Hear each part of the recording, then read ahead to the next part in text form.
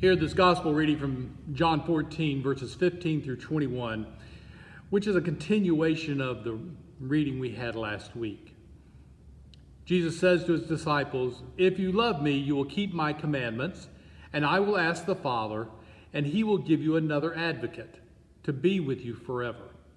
This is the Spirit of truth, whom the world cannot receive because it neither sees him nor knows him. You know him, because he abides with you, and he will be in you. I will not leave you orphaned. I am coming to you. In a little while, the world will no longer see me, but you will see me. Because I live, you also will live. On that day, you will know that I am in my Father, and you in me, and I in you. They who have my commandments and keep them are those who love me. And those who love me will be loved by my Father, and I will love them and reveal myself to them." May God bless this reading to us today. Last Tuesday, I recorded a centering prayer video on YouTube. It's something that Molly had continued from Karen, but this time on YouTube, and I've been continuing since then. And I set up in the room trying to find a peaceful place this week to do this, and because a lot of it is silent. And so I found the Sunday school room behind the kitchen that is so nice. It's very well decorated. It's beautiful to sit in. And I sat up in there and had everything ready to go and began recording, read the scripture. And in the first silent meditation moment, an ambulance siren began to wail. I thought about just stopping, beginning again. It's the benefit of recording these.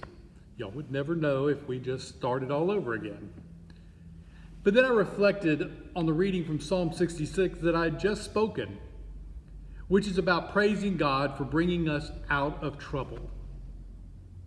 It goes, "Bless our God, O peoples, let the sound of his praise be heard, who has kept us among the living and has not let our feet slip. For you, O God, have tested us. You have tried us as silver is tried. You brought us into the net. You laid burdens on our backs. You let people ride over our heads. We went through fire and through water, yet you have brought us out to a spacious place."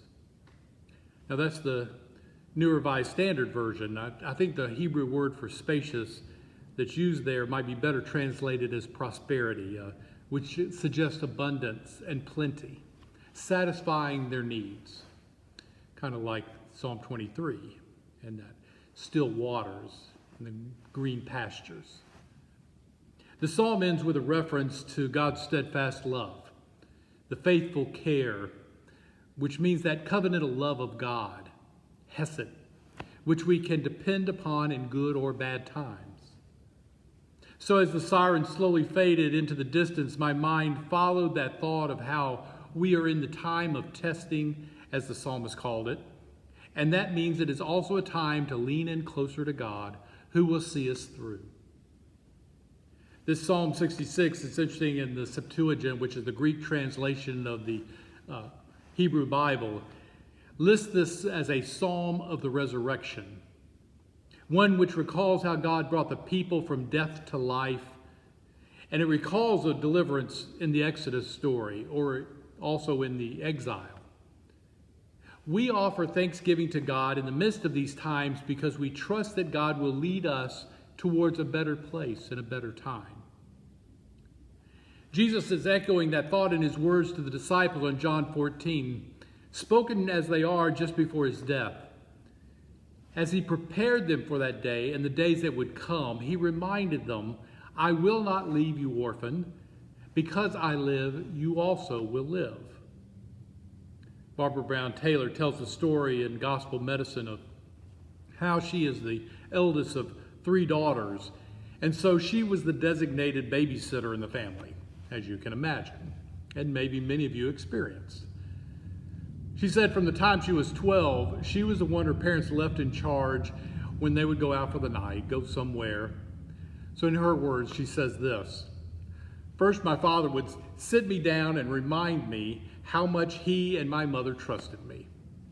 not only because I was the oldest, but also because I was the most responsible. This always made me dizzy. But I agreed with him. I would not let the house burn down. I would not open the door to strangers. I would not let my little sister fall down the basement steps. Then my mother would show me where she had left the telephone number, remind me when they would be home, and all together we would walk to the front door where everyone kissed everyone goodbye. Then the lock clicked into place and a new era began. I was in charge.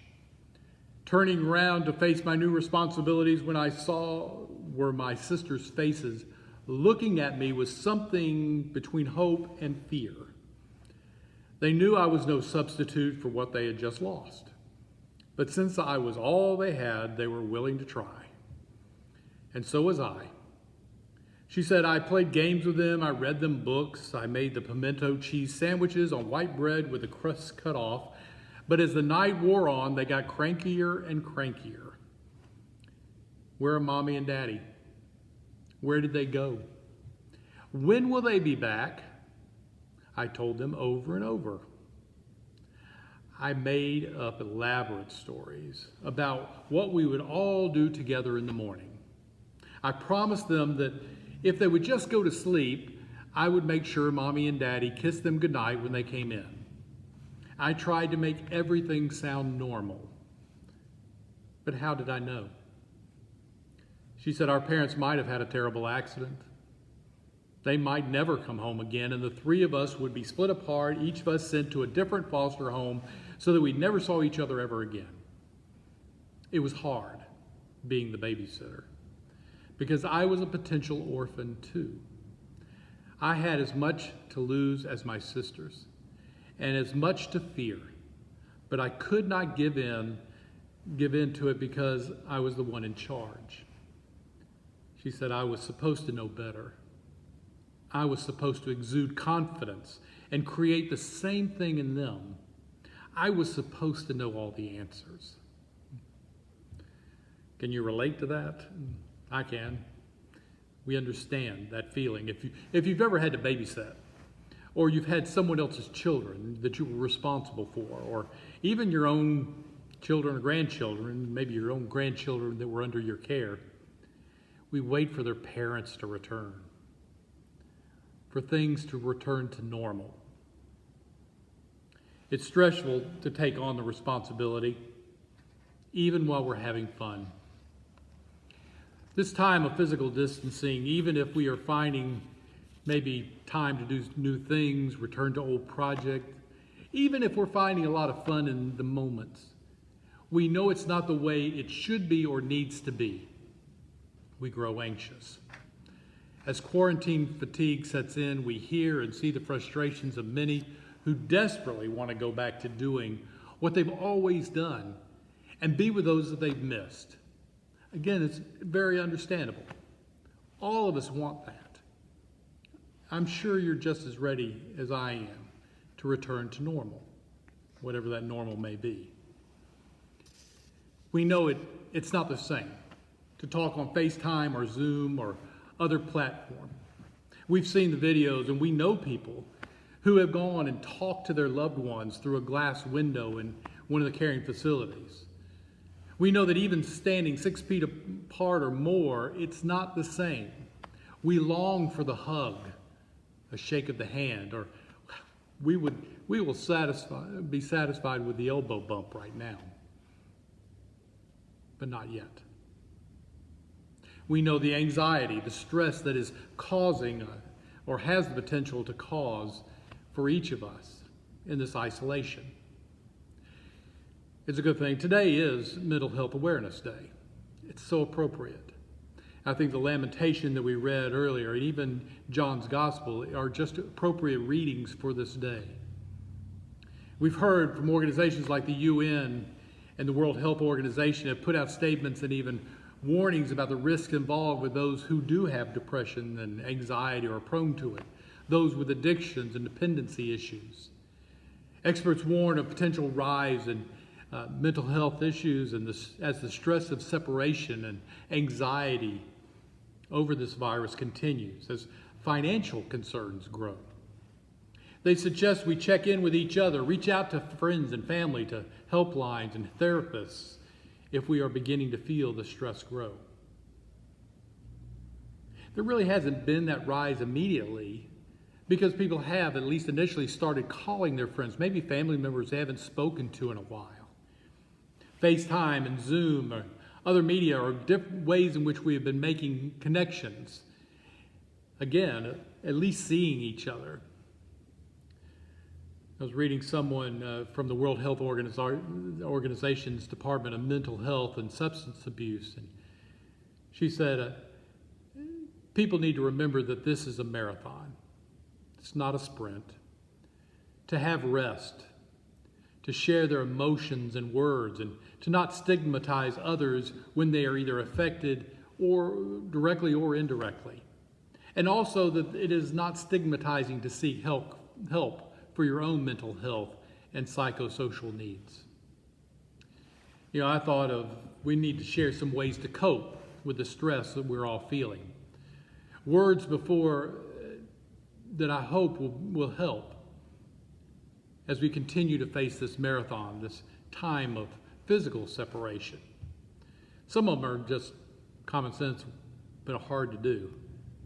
You know, especially taking breaks from watching, reading, or listening to news stories, including on social media. Just hearing about the pandemic repeatedly can be unsettling. We know that, but it's still hard to do. Take care of our bodies. Take deep breaths. Stretch. Meditate. That's why I've continued these centering prayers on Tuesdays, simply because it gives us a chance to call us into that moment, and I need it too. Some of the church have been doing yoga on Zoom.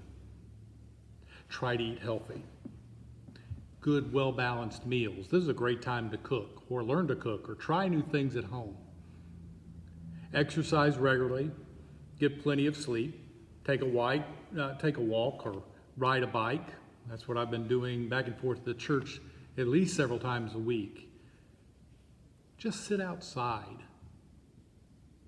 Make time to unwind. Try to do some other activities that you enjoy, and especially connect with one another.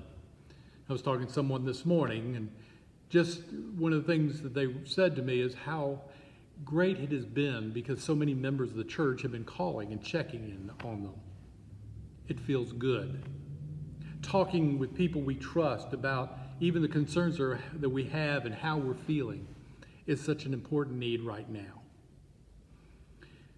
You know, one of the nice things about the story of John's Gospel especially is while the disciples have been prepared and Jesus has told them all these things, on the day of resurrection, on Easter, when he appears to them, and even the week after he reappears to them, and they see that what he was trying to tell them about being with them and continuing to be with them, even after death, he doesn't stop there. In John's Gospel, he makes several times that he comes to see them, just to check in on them, make sure they're okay, continuing to prepare them for when the time when he would leave them, just to remind them of their abiding presence. Barbara Brown Taylor ended her sermon on Good News for Orphans this way, recalling how those post-Easter events often revolved around food, especially the time when the disciples decided, well, we're going to just go out and fish. And they got in their boats, and while they're out there, they see someone on the shore, and Peter recognizes them to be Jesus. And they all hurry to get back into the shore. And when they do, they find that Jesus has made breakfast for them. Come and eat. He invited them to join him. For us as disciples of Christ, that's not insignificant. Eating a meal together, sharing bread, fish, wine, water, these always become more than a meal, but a reminder of Jesus' presence with us. That is what our readings today want us to remember. That in this time of uncertainty, we are not alone. We are not orphans, even when it seems like it. God's steadfast love, faithful care is a covenant God will not forget. Will you join me in this litany that you'll find in your bulletin? God, our holy parent, watches over us with love and deep compassion. We have not been orphaned. Jesus, our brother and pioneer of our faith, leads us by truth in word and deed. We have not been orphaned. The Holy Spirit, our advocate, guide, and constant companion, breathes with us day and night. We have not been orphaned. The community of the faithful exists beyond time and space. We have not been orphaned. The word of hope recedes into the past and marches forward into the future, carrying us through life on its way. We have not been orphaned. Thanks be to God. We have not been orphaned.